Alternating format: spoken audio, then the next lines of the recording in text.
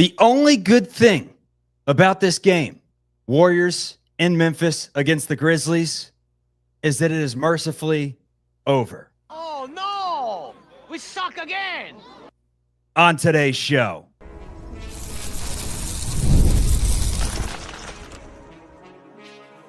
You are Locked On Warriors, your daily Golden State Warriors podcast. Part of the Locked On Podcast Network, your team every day.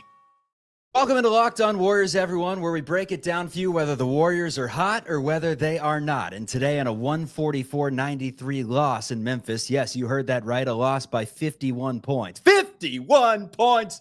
We're still coming at you. Rain or shine, sleet or snow, whether there's hail, tornadoes, we are coming at you. Today's episode is brought to you by our friends over at FanDuel. You could start the season with a big return on FanDuel. New customers can place a $5 bet, and you'll get started with $150 in bonus bets if you win your first $5 bet.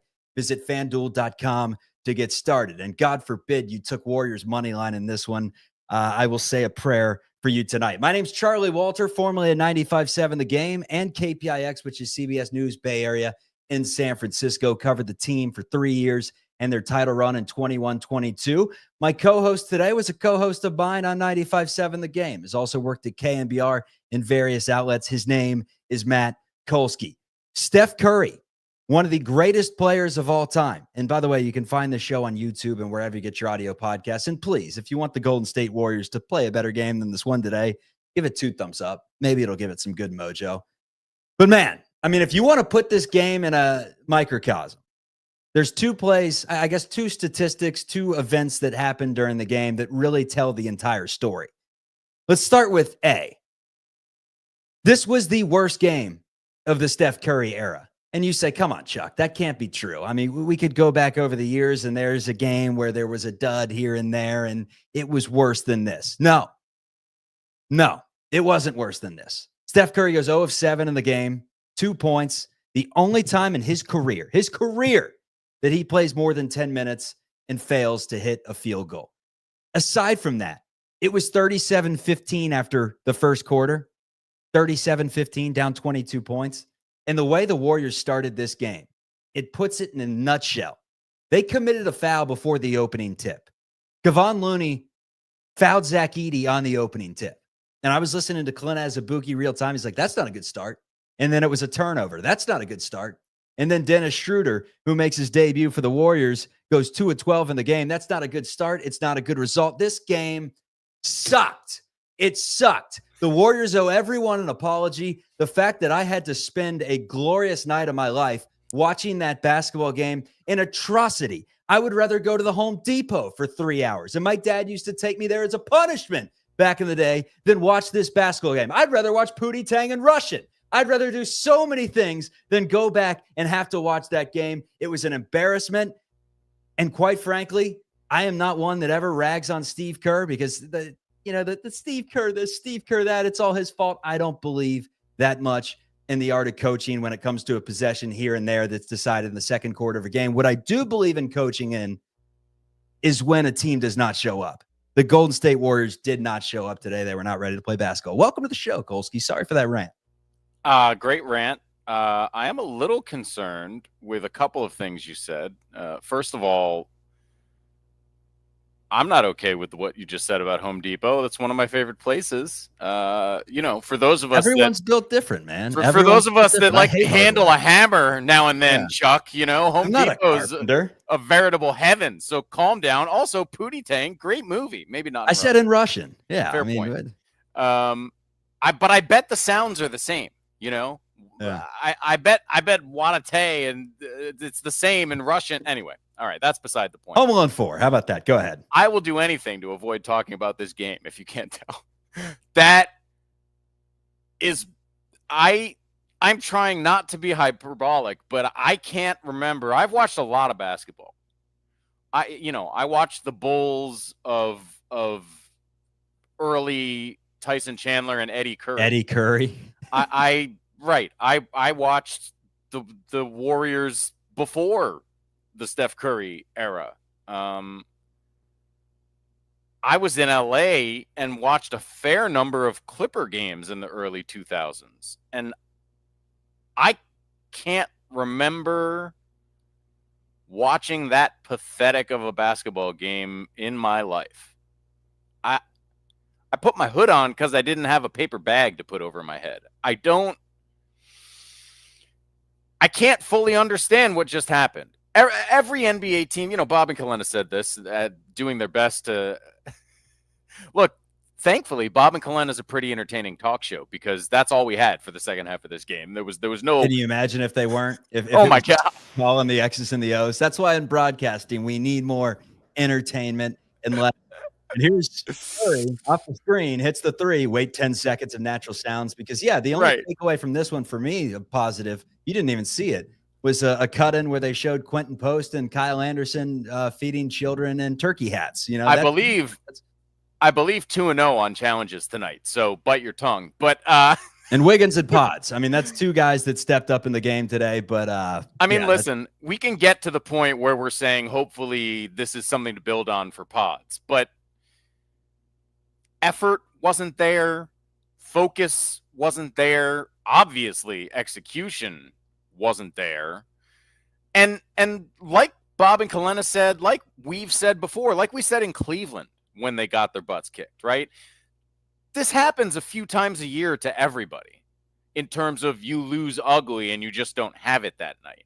That wasn't ugly. That was pulseless. When you combine that with a pathetic effort, this is what happens. And the pathetic effort part of it just is not, I was going to say not acceptable, but that's not the right word because it's not like this team. They fought hard. You could say a lot of things about this team, even in Cleveland. They at least made it competitive to the standard of that game in the second half. Like this was just, it was lifeless. We're getting trade the whole teams in the chat. We're actually getting good viewership on the show tonight because everyone just wants to vent.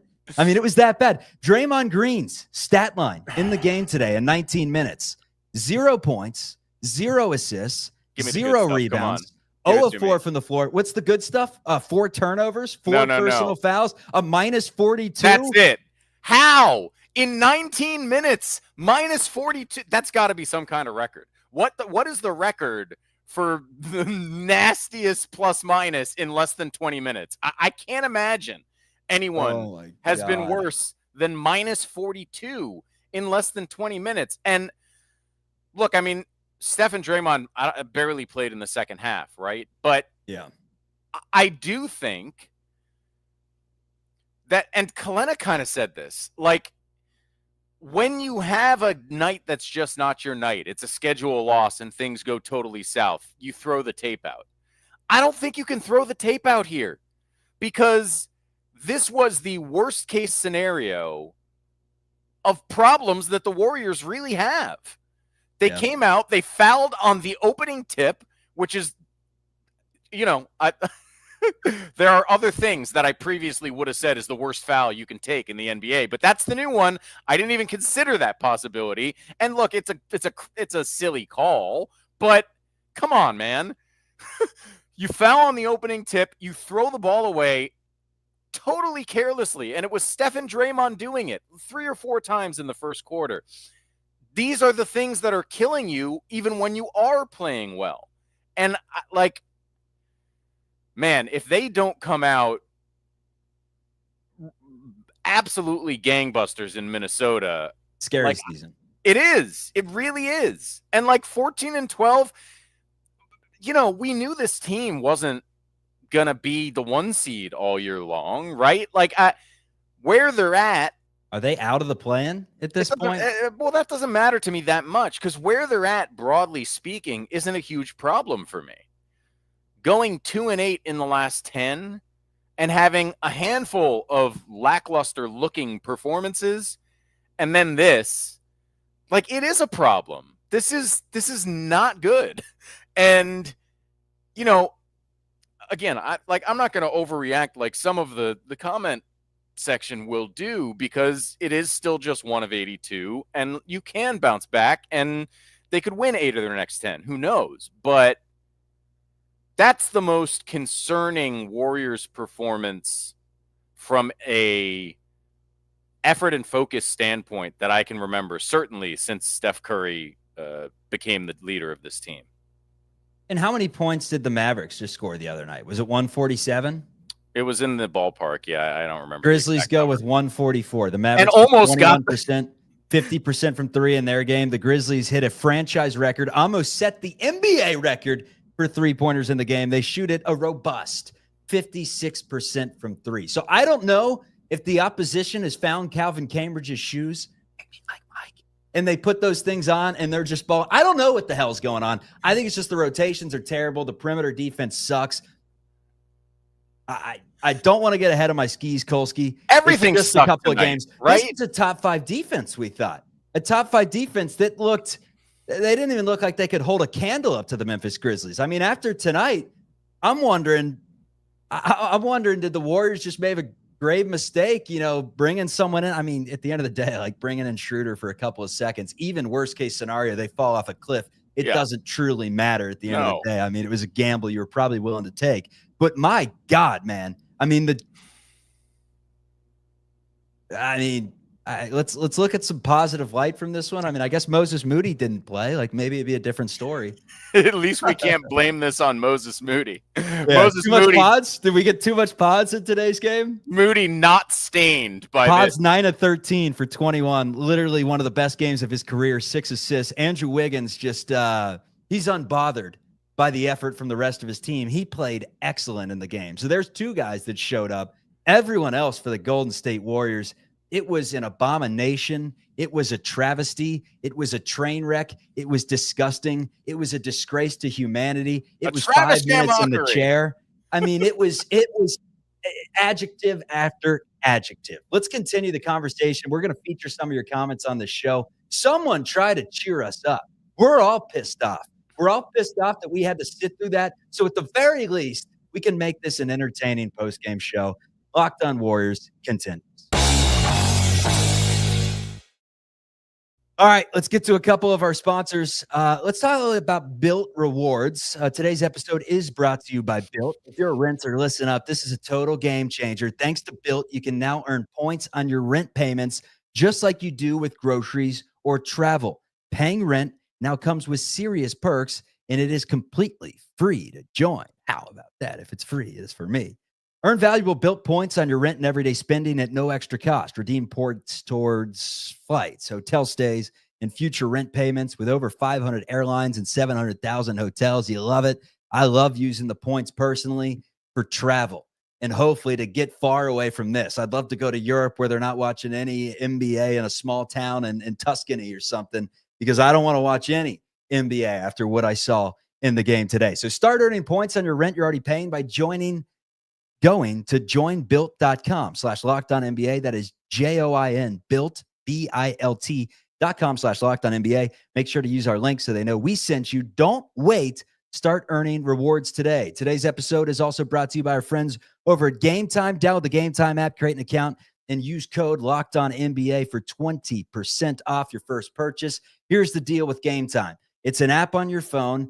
You get cheaper discounted tickets the closer you get to game time. So you don't necessarily have to plan ahead. You can buy it in the Uber, on the Caltrain, whatever it may be. You are good to go there. Also, you get a panoramic view of your seat in the app. So be sure to download the Game Time app and take the guesswork out of buying tickets. Create an account, use code LockedOnNBA for $20 off your first purchase. Terms do apply.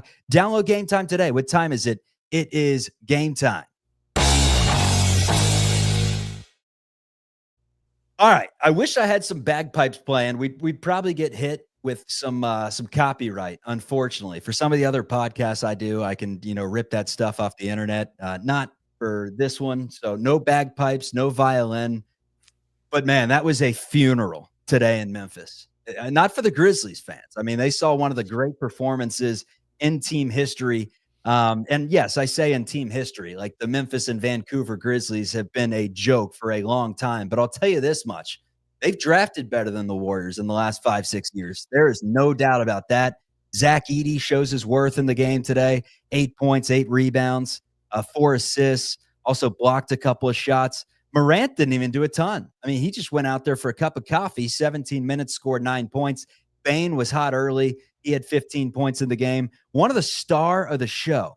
I mean, there were a few stars of the show, But I'll tell you who I really like is Jalen Wells, one of their first-round draft picks a season ago. A Second, I think. I think second round. second. He plays like a first. He had 13 in the game. He looked good. And then some of their bench players stepped up. But at that point, the game was literally over before the fans sat down. I mean, there were probably some Memphis fans that were like coming in from Knoxville, a father and son duo. And he's like, son, you get to see Steph Curry tonight, one of the greatest basketball players of all time. This is a treat. This is a Christmas gift that the kid got when he was like 5 years old. He's been waiting for this game. After that Memphis traffic, he watches Steph Curry go 0 of 7 in the game and score 2 points. I mean, I don't know what to say. I don't know who to blame. It's a team effort. It was an abomination. Yeah, we've had a lot of conversations this year where the Warriors have lost a game and we've, had 5 or 6 moments or factors or things that have happened that if one had gone different, they probably win the game. And this is the opposite of that. There's a lot of things on the comment line about the starting lineup was too small and Steve Kerr's running too much split action and they had no energy. They didn't want to be there. That's right. The only thing that fixes tonight is a totally different group of dudes showing up because the group of guys that showed up for the Warriors tonight were not into it. They were not. You would have been better off with Wiggins, with Pods, with Kevin Knox, with Quentin Post, with hell. Can you get Reese Beekman back? Because he would have looked better than Schroeder. I could tell you that much. I mean, listen, this is not a Dennis Schroeder. Unfortunately, the show is not about Dennis Schroeder. Right? We were hoping the show Schroeder tonight. He didn't play like Schroeder. He played like a Schroeder. We were hoping it'd be a Schroeder show, and instead, it's a. You know what I want to say, but we don't swear here. Show. So it was an ass kicking. We could say that a good old fashioned beatdown. Look, Dennis Schroeder will have some 2 for 12 nights that frustrate you under normal circumstances. This was not that. This was over before. I mean, he made his first shot, and the game was over before he took his second, pretty much. Again, if it was any of the team, have you ever seen a team have that little of a fight back in the game? Like there was no run. There was one 6-0 run where Anderson hit a 3, and someone else hit it. Buddy and Anderson, I think, hit back-to-back threes. That was it. It felt dead the whole night. And again, Kalena said something about this. The second half, look, they were down a bunch at halftime. I don't remember exactly what the score was, 20 maybe, but that's not insurmountable. And the fact that they came out looking absolutely as much a bunch of dead fish in the second half was really perplexing. And even worse in the second half, dude. It was so bad out of the gate. I was like, they're going to make a run here. Quick 10-0 run. I'm like, oh my God, it's 40.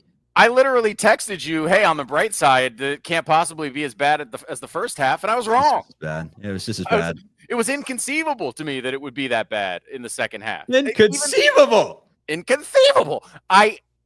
It's hard to find adjectives to describe that because I know Steve Kerr catches a lot of heat. I've given him plenty of heat, but I never expect a Steve Kerr team to no show. And to suggest that he's the reason for that is to ignore his entire history. I just don't.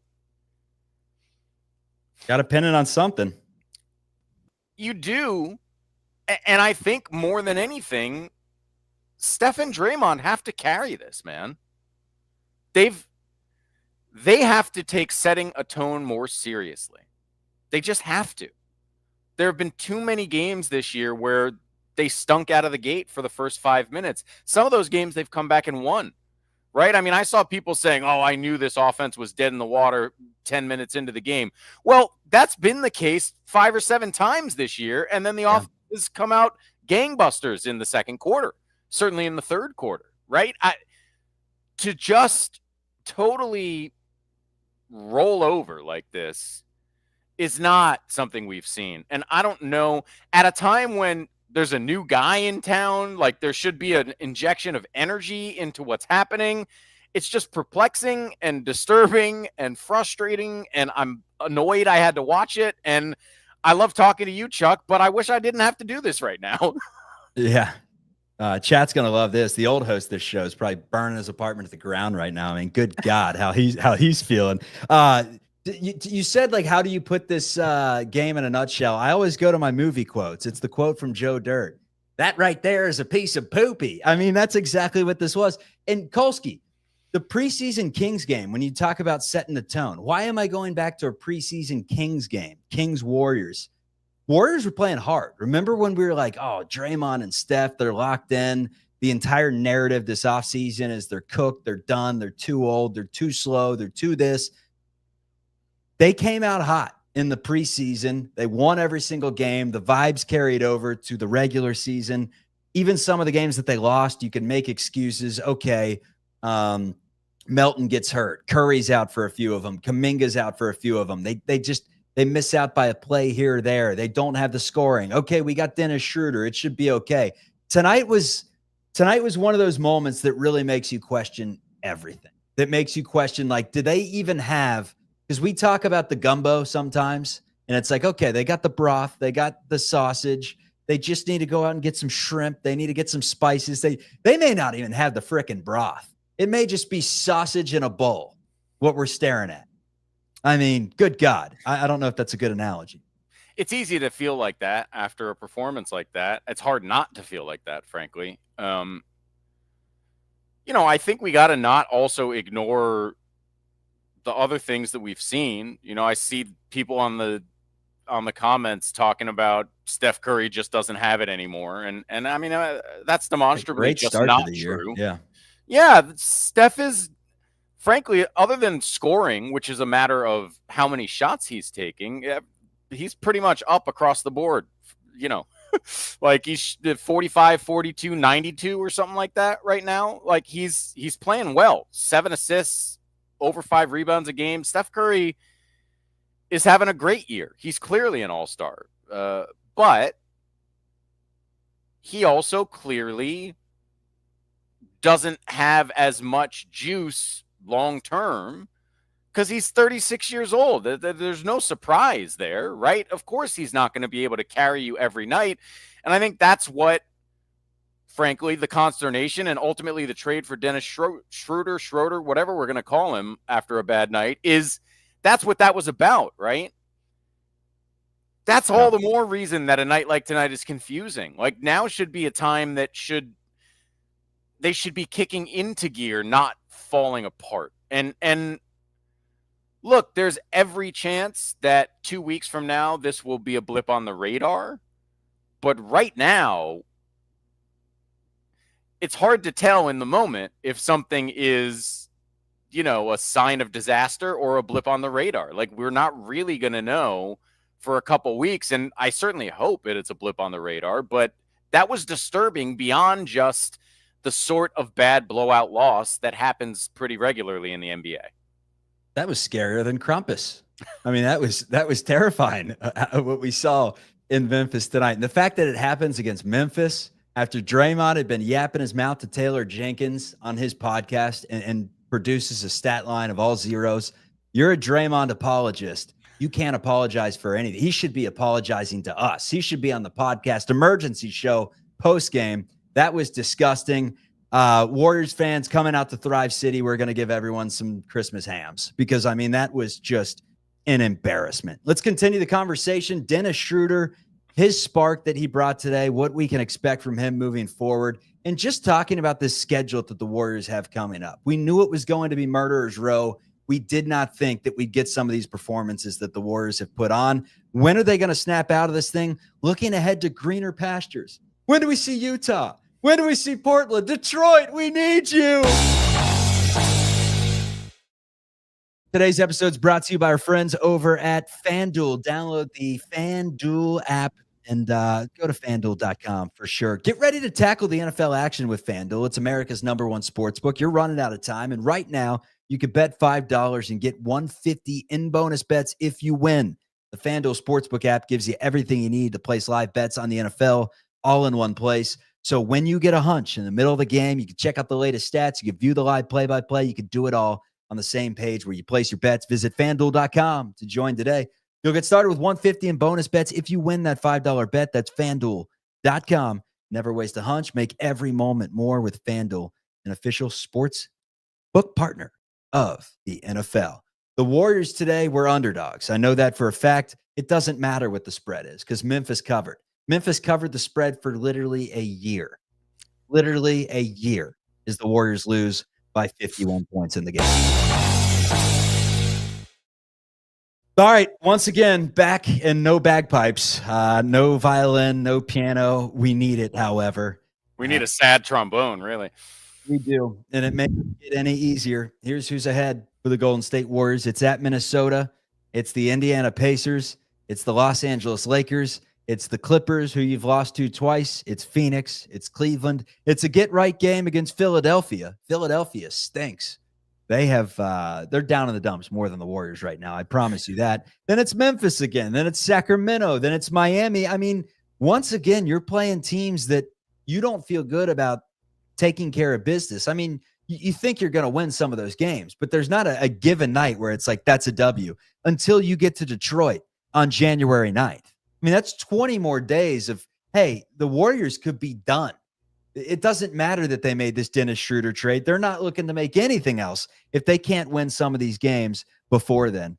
It's just been tough. That's now 3 straight losses for the Warriors. They've got it done in all different ways. They lose a game to Houston where they play excellent defense and only allow 91 points. Then they get in a shootout with Dallas, lose 143-133, but set some records along the way. And then they only give up records against the Memphis Grizzlies in a 51-point loss. The Warriors are now 14-12.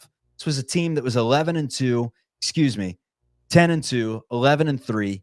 They're now 14-12. What are we going to do, man? Well, we're not going to throw any parties, that's for sure. We're going to get some rest, and we're going to hit the drawing board. That's what Steve Kerr's saying right now. He's in the locker room. He's I don't know if he's saying Coach that. Klein from Waterboy. He's behind the locker. He's like, does anyone have any ideas? I have a feeling he's going to be very vocal tonight. I'll be interested to see what he says, actually, because anyone in the chat, relay what he's saying, and we'll feature it. Again, I know what a coach says after a normal NBA blowout loss. You know, like, I was disappointed, but some nights you don't have it, sort of a thing. You can't say that tonight because it just looked too dead. It looked too lackluster the whole way through. It looked too non-competitive. Now, the Warriors are 1 game out of the 5th seed. So let's not go crazy. Unless they lose the next 5 games, more than that, unless they lose the next 10 games, they're not out of anything. You know, again, this team we saw tonight isn't going anywhere, but I don't think we're going to see that again. I certainly hope not. This team has issues. But every team, with the exception of maybe 3 or 4 in the entire league, has some issues. The Warriors do have to figure out, from a play style perspective, how they're going to make this work. And I'm not going to be one of the guys that's like, oh, the league has figured out Steve Kerr. They can never run split action again. It's not that straightforward. But certainly, and we've already seen it this year, the offense can use a little juice that doesn't come from motion, because not every player is best suited to do that. I think the Warriors have more guys who are not suited for that than ever before under Steve Kerr. And also, teams are expecting them to do those certain things. And split action is obviously the pet play. Now, it worked unstoppably when Kevin Durant was in town, but since then, it's been more hit or miss. And again, I'm not going to sit here and tell you the league has figured out Steve Kerr, but I do think this offense, and particularly guys like Kuminga and now Schroeder, would benefit from some other ideas being brought into the mix. And I think that is something that needs to happen. And again, I trust Steve Kerr ultimately. Fundamentally, I believe he'll do what needs to be done. But it is frustrating when certain things seem reasonably obvious and aren't happening. And again, like, we're certainly not going to harp on this tonight because there's a bajillion things that stunk. But like, Jonathan Kuminga played 10 minutes in the first half, in a half where you desperately needed somebody to put the ball in the basket. Are we really going back to that? Are we going back to minutes, but it doesn't matter. At the end of the day, I get your point. Like, well, he played the entire fourth quarter, but he played 10 minutes in the first half. And like, the game was pretty much lost by then. Now, lost by the time he checked in. I mean, yeah, exactly. And I'm not saying 20 minutes of first half Kuminga would have solved the problem. I'm just saying, whether it's the reason you lost or not, I thought we were past the thing where Jonathan Kuminga was sitting on the bench for no good reason. And apparently we're not, and that is frustrating. I just typed in Steve Kerr to get his post-game reaction. The first thing that popped up on Twitter, trending, Steve Kerr terrorist. I'm like, geez. There's a picture from Brick Center of Steve Kerr smiling and laughing with 8:04 left in the game. The score is 125-69. Smiling. A lot of fire Steve Kerrs out there. A lot of Steve Kerr, you can't start Dennis Schroeder with Curry. Let's talk that. I think that's a good talking point. You go small with Dennis Schroeder and Steve Kerr at the guard and shooting guard positions. And quite frankly, it was Schroeder running point guard. Curry was playing more off the ball. Schroeder was running things. Does that work? Boy, it's so you want to hard see to that say. again, or do you want to see that again, or you say put Kuminga back in there and Schroeder, why don't you be a spark off the bench? Well, I'm not sure they're as related as they seem, right? Because they still don't want Kuminga to play the three. And frankly, Wiggins at the 2, Kuminga at the 3 hasn't looked great when that started either. I think the question is, like, can you continue to afford to start a center that is not a starting worthy center? Because that's all they have on the roster. And I would certainly give some thought to getting Kuminga in there over Looney. And I love what Looney has done this year, but like, that starting lineup doesn't have it. And we all know they're better in a small ball lineup, and they've designed the team that way. So like, when they complain about Draymond taking too much abuse, like, then you should have gotten a real center. You put yourself in that situation. So I don't have a lot of sympathy for it. And I've said this before, if what it takes is Kuminga has to start on Zach Edey so Draymond doesn't take too much of a pounding, is that really worse than what we saw? I can't imagine that it is. So to me, can you afford to start Schroeder and Steph? I think on a night like tonight, when it's Ja Morant and Desmond Bane out there, it's awfully tough, right? I mean, it's an awfully tough defensive matchup for the Warriors. I think there will be nights where that backcourt is fine. I just don't know that they have a starting lineup with Draymond at the 4 that's going to get off to good starts. I kind of think he's got to be their center, whether he likes it or not at this point. And you might say, well, if you wear Draymond down, what'll happen in the playoffs? And I guess I would say, if you don't, will you even be in the playoffs? So go out and get a center. I mean, I'll finally cave into the Barbarians. Everyone's been saying size. Go out and find a way to get some size. I don't know how you're going to do it, but what's JaVale doing? I watched the best of JaVale McGee today. Saw him running down the court the other way. I mean, prime JaVale McGee.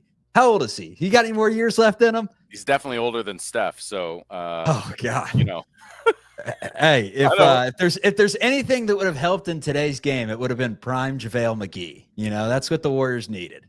Yeah, I'm being facetious. I don't think prime Kareem would have helped them tonight. So but it is.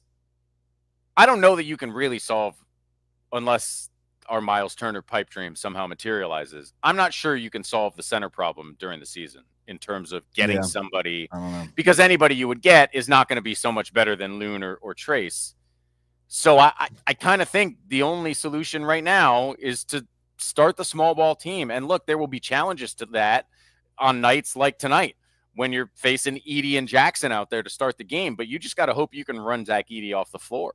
Yeah, you know? more forwards, and bigger guards and less centers. I really don't know what the Warriors do, but I've had enough. That's All a right. show, Kolsky. Steve Kerr said the Warriors got humbled. I say hope the so. Warriors got humiliated. This is Locked On Warriors. Leave a like, subscribe on the way out, tell a friend to tell a friend. Do whatever you can to help the show grow.